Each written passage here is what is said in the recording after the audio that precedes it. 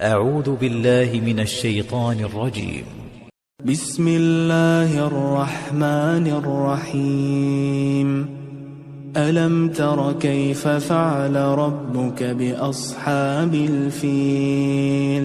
ألم تعلم كيف عذب الله أبرهة صاحب الفيل وجيشه الذين أرادوا هدم الكعبة، فأبادهم الله وأهلكهم وقطع دابرهم.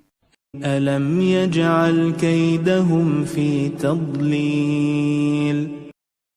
أما أبطل كيدهم وخيب سعيهم وضيع تدبيرهم، حيث شتت ما جمعوا وفل ما حشدوا وأهلك ما أعدوا.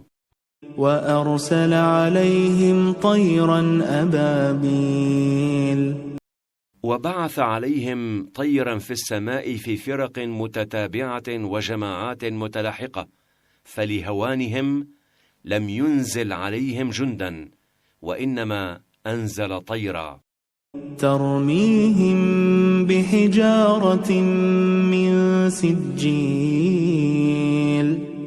فالطير تقذفهم من السماء بحجارة من طين متحجر، لا تخطئ الرمية ولا تضل الهدف، كل رجل له حجر، ولله جنود من الملائكة والطير والبشر.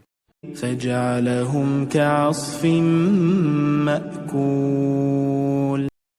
فصاروا كأوراق الزرع اليابسة المحطمة المهشمة التي أكلتها البهائم ثم رمتها وداستها، فهم صاروا مبعثرين على الأرض مقطعين، مزقت أجسامهم وتفرقت جموعهم.